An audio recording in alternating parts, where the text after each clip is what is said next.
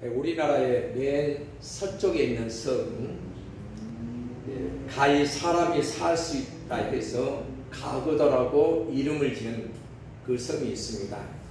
목포에서 태석전으로 홍도를 거쳐서 4시간 걸리는 그런 섬입니다. 인구가 470명 정도 살고 있는데, 지난 바비 태풍 때 참나 놀랍게도 이 마을이 무사했다는 겁니다. 해년마다 태풍이 몰아오면은 지붕이 날아가고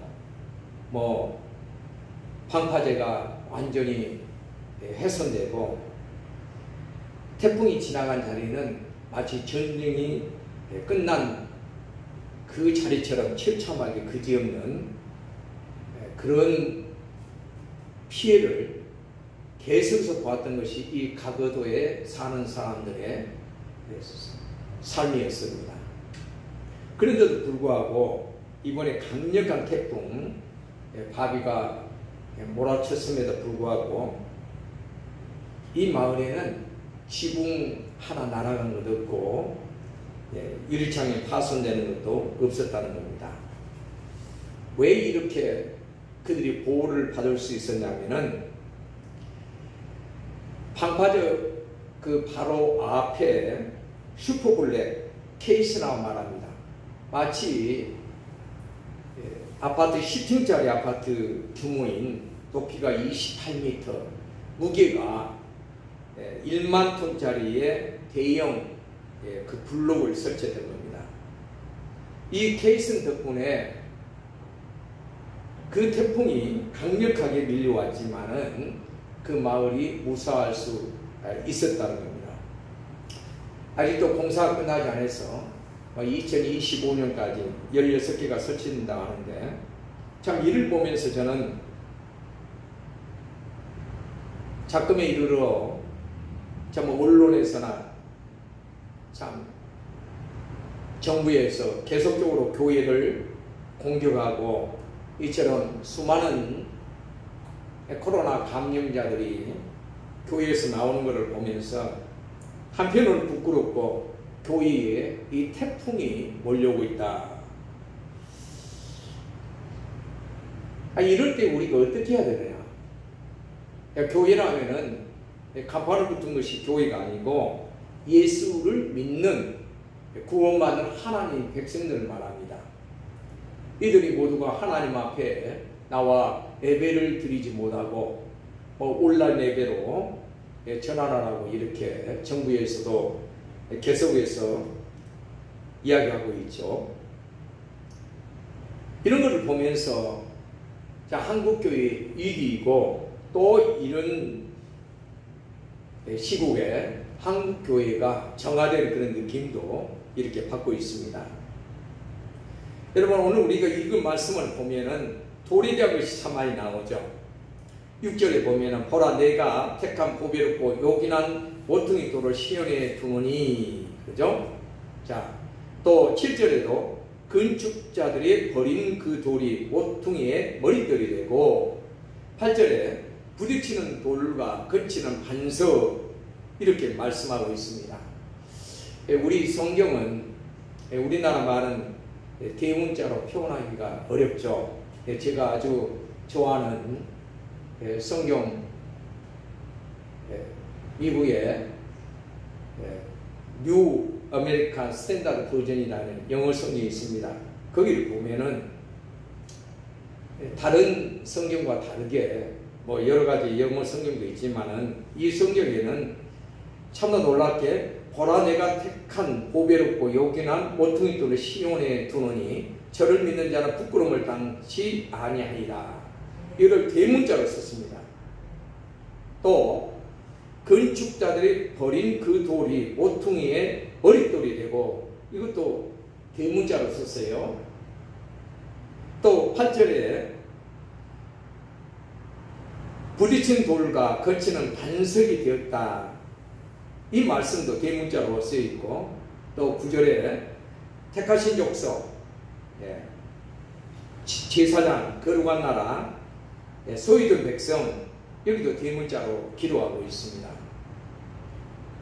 저는 이 성경 읽을 때 이 대문자로 쓰여진 이 부분이 더 가슴에 와닿고 은혜롭게 제게 다가왔습니다.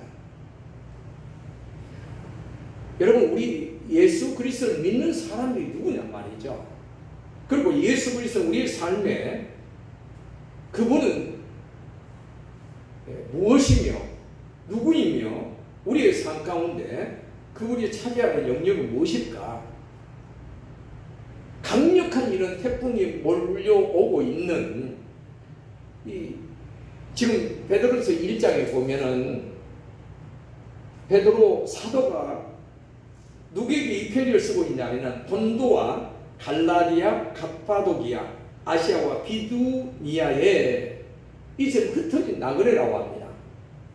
그러니까 예배도 잘 드리지 못하고 핍박이 너무 심하니까 이 지역으로 예수 믿는 사람이 다 흩어졌어요. 제가 터키 갑바도기아 유명한 지금은 관광지가 되어 있는데 거기 보면은 지하 몇 층으로 이처럼 그들이 핍박을 피해서 거기에 숨어서 그곳에서 마치 동굴 같은 데서 그렇게 살고 있는 겁니다. 근데 그게 석회암이에요.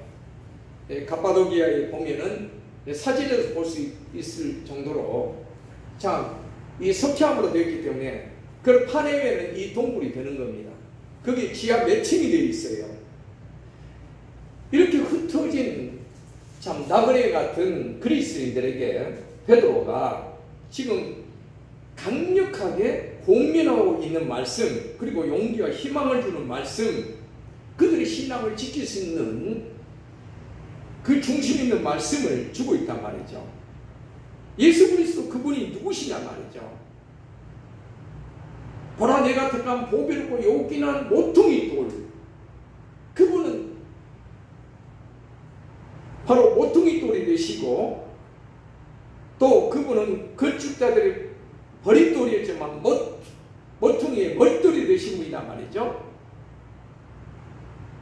그리고 믿지 않는 자들이, 말씀을 순종하는 자들이 넘어지고 끼어지고 부서지는 그런 돌, 그 돌, 예수 그리스도는 그 돌에 발을 헛디기만 하면 넘어지고 부서지는 그런 인생이 되어버린 그 돌이 바로 예수 그리스도라고 지금 우리에게 설명하고 있는 겁니다. 여러분, 이처럼 예수 그리스도는 보배롭고 산돌일 뿐만 아니라 우리의 삶 속에서 모든 중심이 되고 우리의 삶의 태풍을 막아줄 수 있는 그런 돌인 것을 여러분은 모두가 기억하는 삶이 되어지길 바랍니다. 그렇게 심한 핍박 가운데서도 흩어진 나그네 같은 그리스도인들이 믿음을 지킬 수 있는 길은 바로 모퉁이 돌이 되시는 예수 그리스도를 그들이 붙들 때만이 그 태풍을 막아낼 수 있다는 겁니다. 여러분, 우리의 성경의 그 역사를 한번 보십시오. 구약 역사를 보면은 하나님이 택한 그 백성들에게 몰려 태풍이 얼마나 강력했습니까? 그게 바로 이스라엘의 백성들의 그 역사입니다. 하나님의 택한 백성이라는 이스라엘 백성들이 애국에서 노예 생활을 하죠. 그리고 가나안 땅을 향해서 그들이 40년 동안 유리 방황을 하죠. 그때마다 얼마나 많은 그들의 삶 가운데 태풍이 몰려오는지 모릅니다. 또한 이스라엘 백성들 사이에 보면은 하나님께서 저 바벨론이나 아수를 통해서 얼마나 그들이 폐허가 되고 있는 삶을 가져오게 하셨는지 모릅니다. 아니, 하나님의 택한 백성들이 바벨론으로 70년 동안 포로 생활을 해요.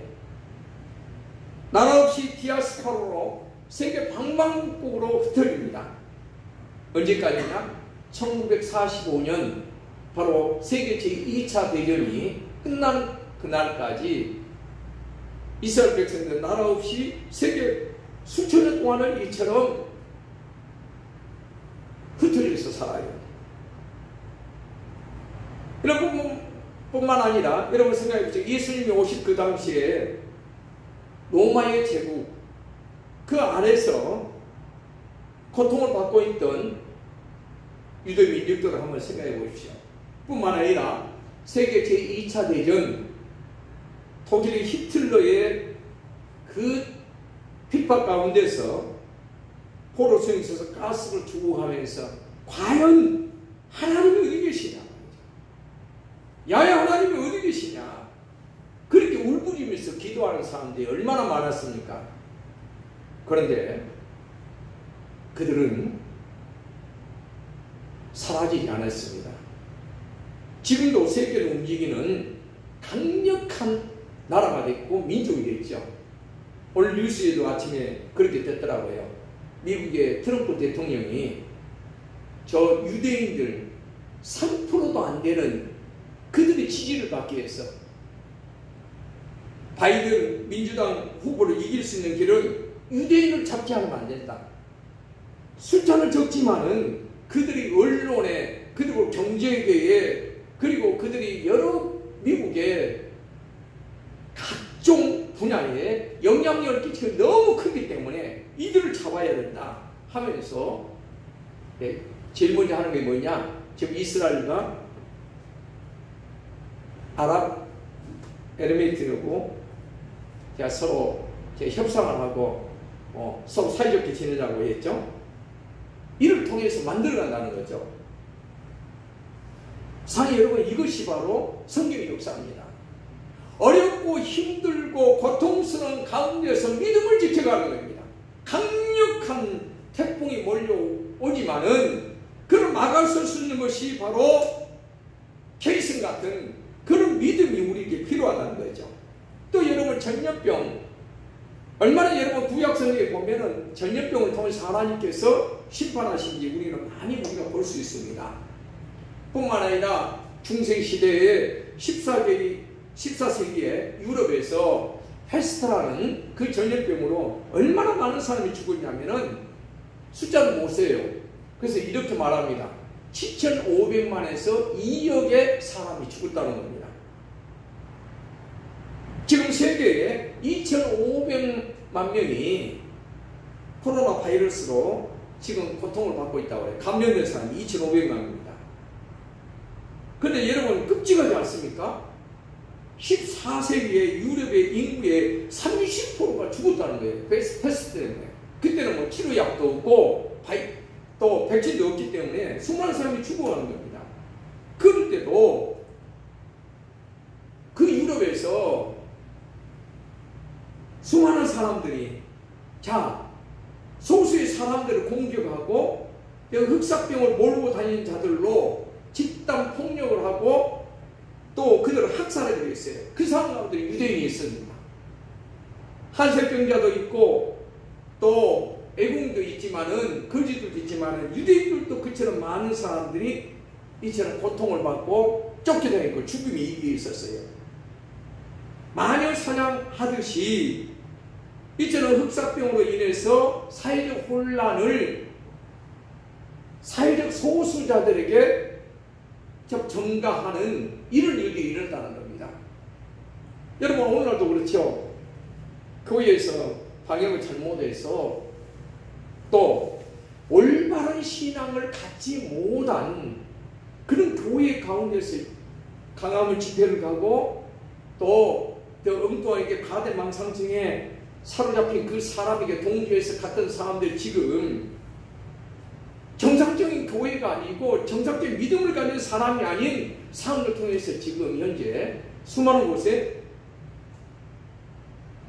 코로나 바이러스 감염됐다고 이처럼 교회가 공격을 받습니다. 그리고 언론에서 진보적인 언론 기자들이 더 이처럼 교회를 폄하하는 이런 수많은 기사들을 올리고 있습니다. 어떤 것을 여러분에게 떠오르게 하냐면은 뭔가는 희생양이 있어야 된다는 거예요.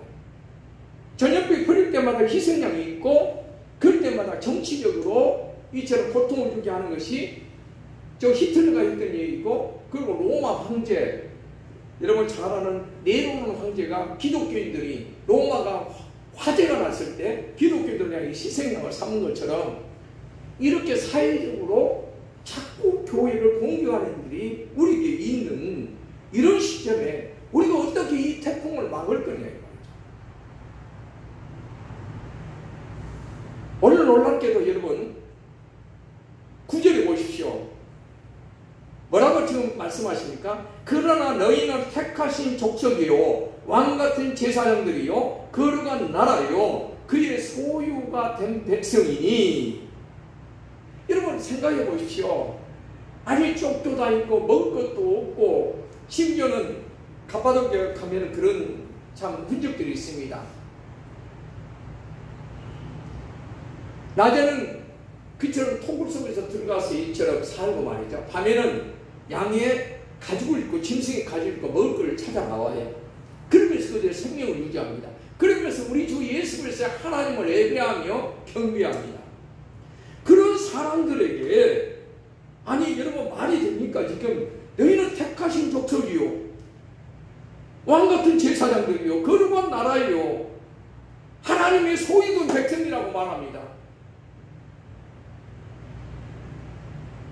여러분 많은 사람들이 예수를 믿는 목적이 뭐냐? 예수 그리스도를 나의 구주 나의 하나님을 섬긴다고 했을 때는 뭔가 참 그들에게 정말 하나님이 나의 삶 가운데 어떤 가치가 있고 어떠한 나의 삶 가운데 내가 추구할 목적이 있는지 분명히 알고 섬겨야 되는데 예수 그리스도를 믿으면 내가 잘 살고 예수 그리스도를 믿으면 내가 병 낫고 내가 장수하고 이것만 바라보면 우리는 신앙을 이런 환난 때에 다 떠나고 만다는 겁니다. 거짓 믿음이에요.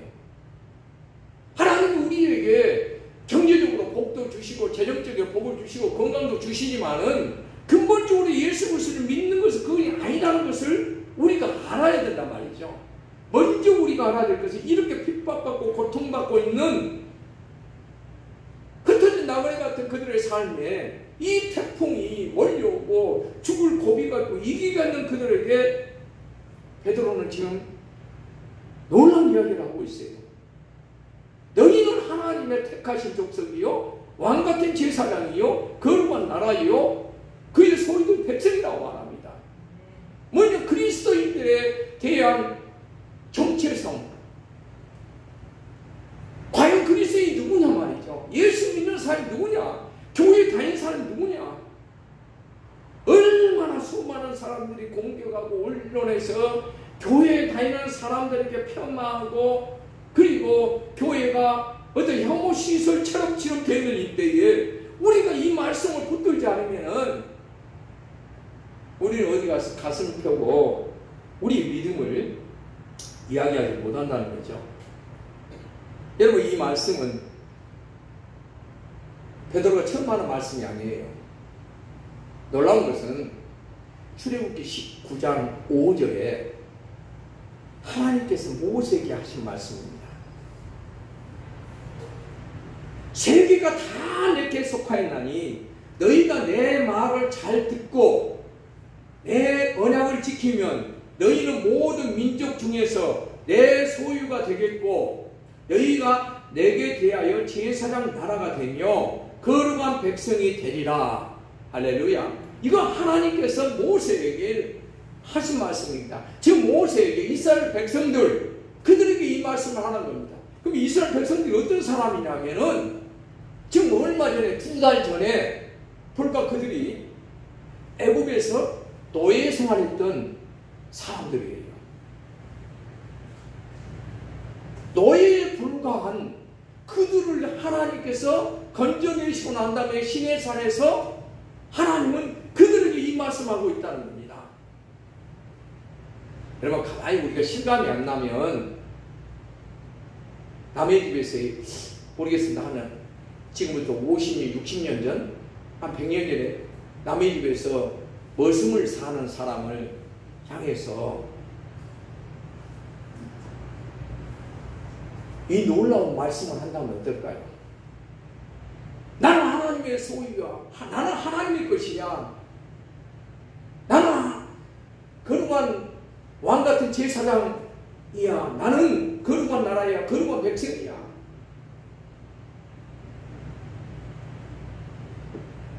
세상에서 이렇게 이야기하면은 비웃음을 할 겁니다. 이런 말씀을 그들이 들을 때 이처럼 우리를 비웃더라도 이것이 바로 그들에게는 부딪히는 돌이요 걸러 넘어지게는 그 바위가 된 겁니다. 사랑하는 여러분, 하나님께서는요 이 말씀 중에서 중요한 게 뭐냐면 내 언약을 지키면 겁니다. 위기 때마다 힘들고 고통스러울 때마다 아니 밑바닥에 헤맬 때마다 언약이란 말을 하나님이 끊으십니다. 그 최초의 그 언약이 언제냐면은 창세기 15장이에요. 아브라함을 하나님께서 나이 75세에 저 갈대아 우리에서 불러내셔서 자 하나님께서 그를 통해서 이루시는 그 놀라운 말씀합니다. 너는 내 복이 될지다. 모든 세상이 너를 통해서 복을 받게 말씀하시고 난 다음에 이제 아브라함에게 큰 위기가 찾아온 겁니다. 아니 그둘라 오밀이라고 역사가들 말할 때요. 여러분 알렉산더 장군 아시죠? 헬라의 알렉산더 그 헬라 제국의 군대만큼 강한 그 연합군이 쳐들어와서 소돔과 고모라에 쳐들어와서 조카 롯을 잡아갑니다. 그리고 난 다음에 자기 집에서 기르는 식솔들 데리고 와서 아브라함이 조카 롯을 구해와요. 얼떨결에 시리아까지 쳐들어가서 구해놓고 난 다음에 아브라함이 아니 이들이 다시 나를 공격한다면 나는 자식 하나도 낳지 못하고 나는 죽게 되겠구나. 굉장히 위기를 느껴요. 그게 창세기 15장입니다. 그러니까 하나님께서 창세기 15장에 보면은 아브라함을 불러가지고 너 하늘을 봐라. 밤중에 하늘의 그 별들처럼 네 자손이 많을 것이다. 내가 이 땅을 너희에게 주겠다고 하나님 말씀합니다. 그러고 난 뒤에 자 아브라함이 믿었다는 겁니다. 그러면은 그 하나님의 말씀을 믿고 난 다음에 하나님이 뭐라 하냐면 너와 나와 언약을 맺자. 언약은 뭐냐면은 땅을 살 때 계약서를 쓰는 겁니다. 아니 계약서 써야 땅이 내 것이 되죠.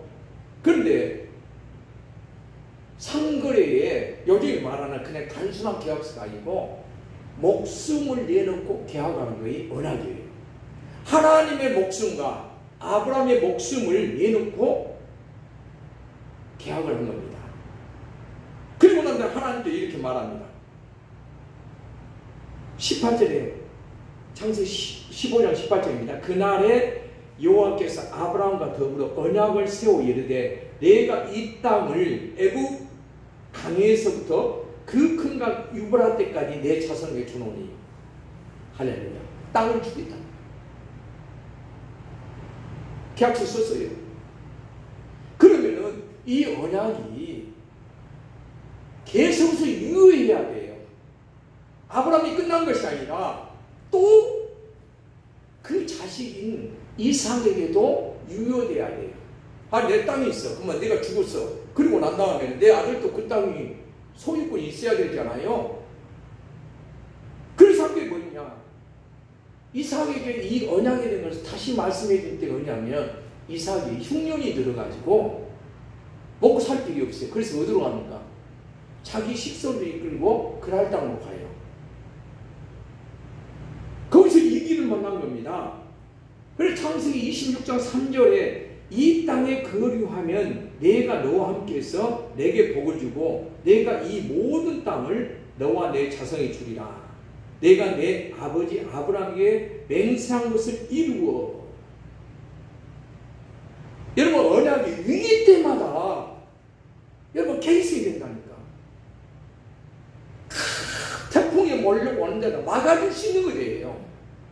또 보세요. 이삭이 죽었어. 그러면은 그 아들이 그 땅의 소유권을 주장해야 돼. 그 언약을.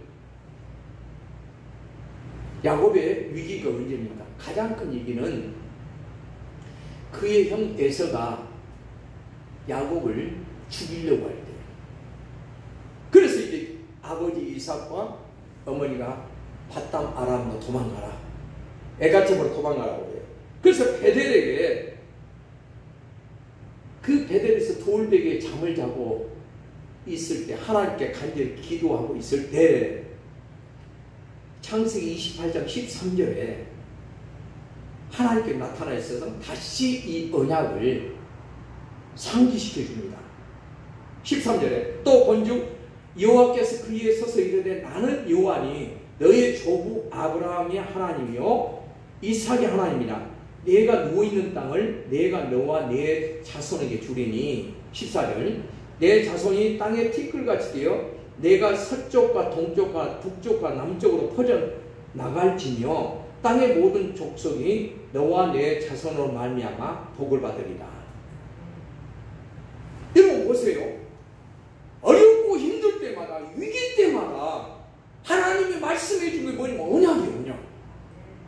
이 언약을 붙들어야 이 강력한 태풍이 몰려오는데 막을 수 있다는 거예요. 그 말씀을 힘을 얻어요. 지금 여러분 출애굽기 19장에 노예 생활하고 이제 있던 그들을 하나님이 건져내셔서 홍해를 통과하고 반석에서 물을 내주시고 하늘에서 만나를 내주시고 2달 후에 시내산에 도착했을 때, 그러니까 400년 동안 노예 생활을 했어요. 그러니까 지금 아브라함과 이삭과 야곱에게 언약했던 그 말씀들이 잠자고 있는 것 같아요. 이미 아브라함에게 하나님은 4대에 걸쳐서 네 후손들이 저 애굽에서 종살이 할 것이다 말씀을 해주었어요. 그러면 지금 야곱의 후손인 이스라엘 백성들이 한 민족이 되어 있어요. 남자만 60만, 그리고 여자 아이까지 하면 200만 내지 300만 됐을 거예요. 한 민족이 된 그들을 이 언약의 말씀에 마치 잠자고 있는 것 같은데, 여러분 그 잠을 깨워주는 거예요. 지금 그 언약의 말씀을 하나님은 다시 상기시켜주고 다시 기억나게 합니다. 그 언약의 말씀을 붙들게 하는 거예요. 첫째 좀 보십시오.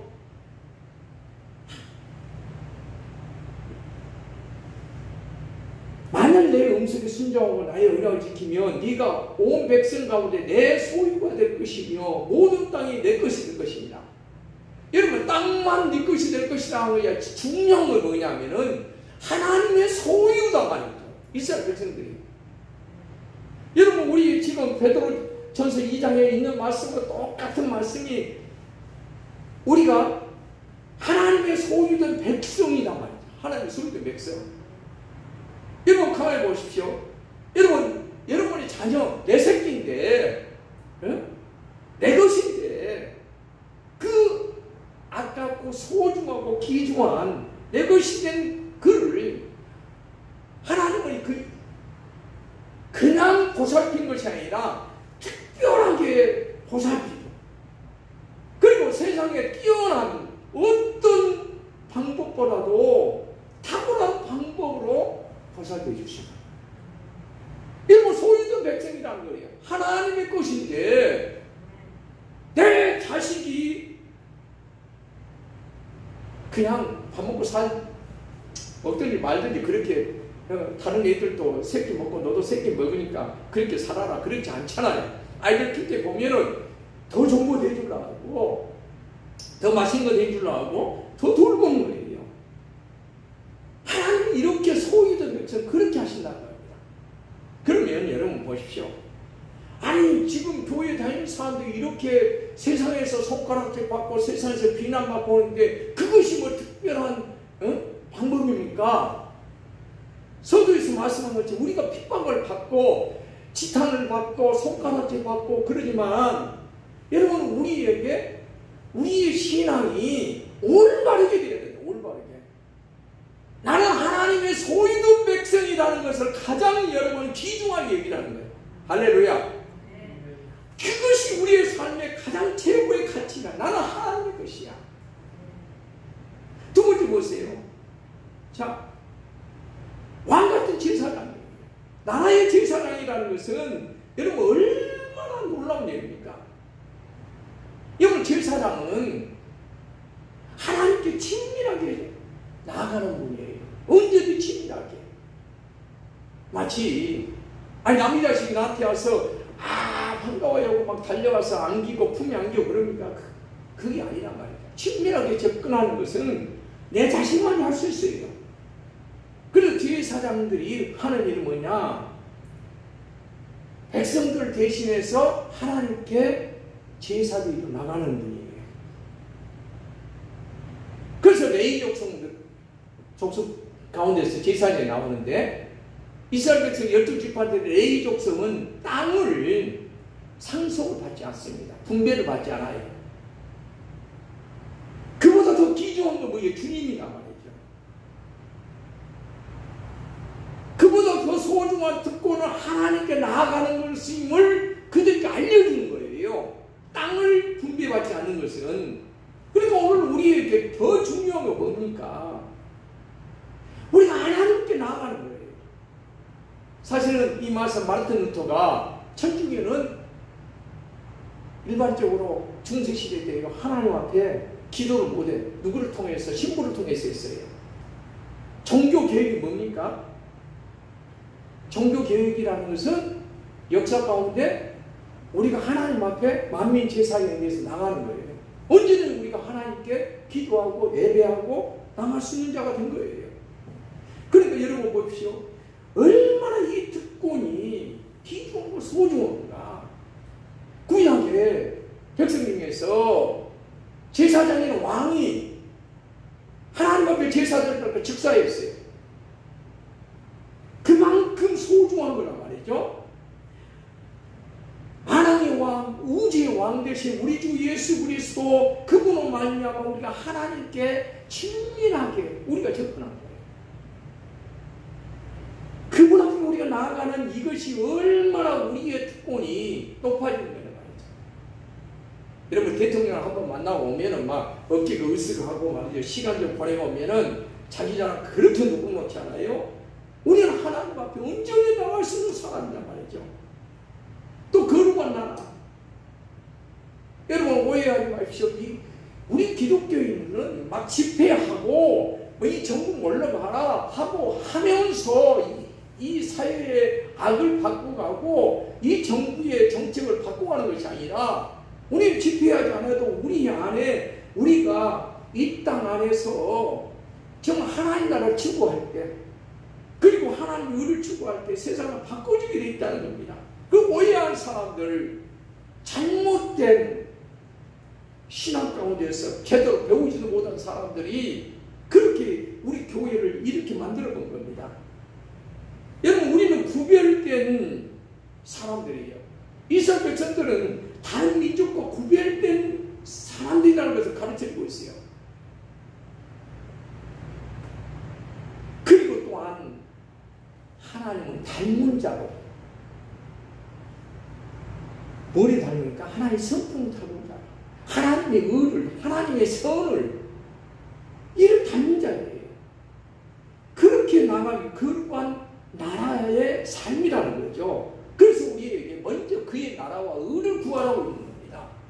왕 되신 우리 주 예수 그리스도 그분이 우리의 왕이 되시며 그분이 다스리는 나라가 임할 것을 우리가 날마다 구하며 살아라고 이렇게 말씀하고 있습니다. 또한 여러분이 이 말씀 안에는 하나님께서는 모든 우리의 적으로부터 우리를 보호해 주신다는 겁니다. 여러분 출애굽기 24장 22절에 내가 그 목소리를 잘 청중하고 내 모든 말대로 행하면 내가 내 원수에게 원수가 되고 내 대적에게 대적가 될지니라. 그러면서 출애굽기 31장 10절에 이렇게 말합니다. 나는 놀라운 일을 행할 것입니다. 내가 아직 온 땅 아무 국민에게도 누구에게도 행하지 않는 가공할 만한 일을 행할 것이다. 그것을 너희가 보게 될 것이다. 제가 이것은 온문을 위헌한 겁니다. 하나님을 대적하는, 하나님의 백성을 대적하는 자는 전능하신 하나님과 상대해야 된다는 거예요. 우리를 보호해 주신다는 겁니다. 여러분 보십시오. 왜 이런 일이 일어나냐면은 방역을 잘 하지 못한 교회들, 그를 통해서요, 원수마귀 사단이 계속해서 공격하는 겁니다. 이 사단이 그 배후에서 언론을 통해서 계속 공격하는 거예요.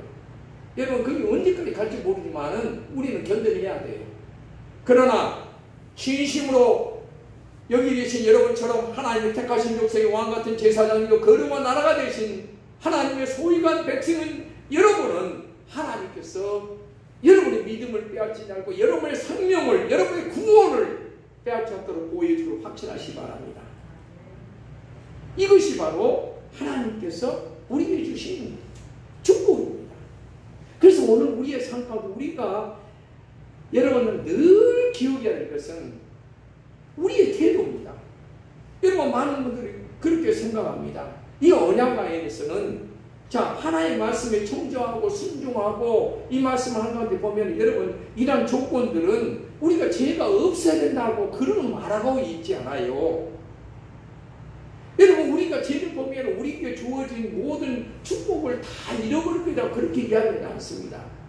여러분 우리 주 예수 그리스도가 우리 마음에 우리의 영혼에 있는 사람들은 우리가 때로는 실수하고 연약해서 넘어질지라도 우리를 회복시켜 주세요. 그런데 그 회복해 주시고 그 믿음을 늘 우리가 갖게 해 주시는 그게 뭐냐면은 여러분 우리의 태도입니다. 영적인 태도예요.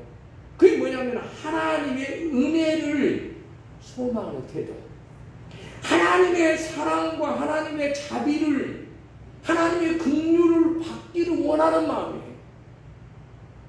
여러분 그래서 우리는 하나님의 나를 불쌍히 여겨주세요. 나는 하나님이 나를 사랑해 주지 않으면 나는 살아갈 수 있는 게 없습니다. 하나님의 자비가 나는 필요합니다. 여러분 이것이 우리 가운데 있는 겁니다. 여러분 우리가 아무리 주의 일을 위해서 많은 것을 한다 할지라도 이게 없으면 아무 소용이 없어요. 하나님 원하신 걸 바로 그거예요. 그래서 여러분 진짜 성경에서 달콤한 복음은 뭡니까? 로마서 나오는 믿음으로 의를 얻는다는 그 말씀 전에 출애굽기 34장 6절과 7절에 여호와께서는 그 앞에 지나시며 반포하시되 여호와로라 여호와로라 자비롭고 은혜롭고 노하기를 더디하시고 인자와 진실이 많은 하나님이로다. 인자를 천대까지 베풀며 악과 가식과 죄를 용서하나 형벌받을 자는 결단코 면제하지 않고 아비의 악을 자여서 3대까지 봉하리라. 여러분 여기서 우리가 기억해야 될 뭡니까? 우리의 악과 우리의 과실을 우리의 죄를 용서하시는 하나님이란 말이죠. 사랑 여러분 우리가 중요한 건 용서하시는 하나님이에요. 그 용서하시는 하나님으로부터 우리가 사랑을 입고 은혜를 입고 용서하시는 하나님으로부터 우리가 자비를 얻고 긍휼을 얻는 겁니다. 그래서 우리는 주의 십자가 앞에 나갈 때 여러분 우리에게 은혜를 약속하신 그 분을 우리가 신뢰하기 때문에 그분 안에서 우리는 많은 기도를 하지 않는다 할지라도 우리가 하나님 앞에 이처럼 하나님을 나는 사랑합니다. 하나님을 사랑하며 그 하나님의 사랑 가운데 내가 늘 있기를 원합니다. 그 사랑이 나에게 떠나가지 않게 했어요. 그리고 하나님의 그 사랑이 내 안에 거할 때 이것이 진짜 하나님을 향한 우리의 가치가 드러나는 겁니다. 사 여러분 그렇습니다. 우리는 하나님을 사랑하고 하나님의 다른 것을 가치를 두지 않는 이런 삶이 우리 가운데 있기 때문에 이처럼 이 말씀 택하신 족속이요 왕같은 제사장이요 거룩한 나라요 하나님의 소유된 백성으로서 우리의 삶이 우리의 삶 가운데 날마다 모든 우리의 삶을 덮어내는 태풍을 우리가 이겨낼 수 있고 어떤 우리를 향한 공격이라도 우리는 승리할 수 있음을 확신하면서 여러분 모두가 하나님을 신뢰하며 그 사랑에 여러분 매어 사는 여러분과 제가 되어지기를 주의 이름으로 축원드립니다. 아버지 하나님 감사합니다. 우리 교회처럼 오늘 또 어렵고 힘든 이 상황 가운데서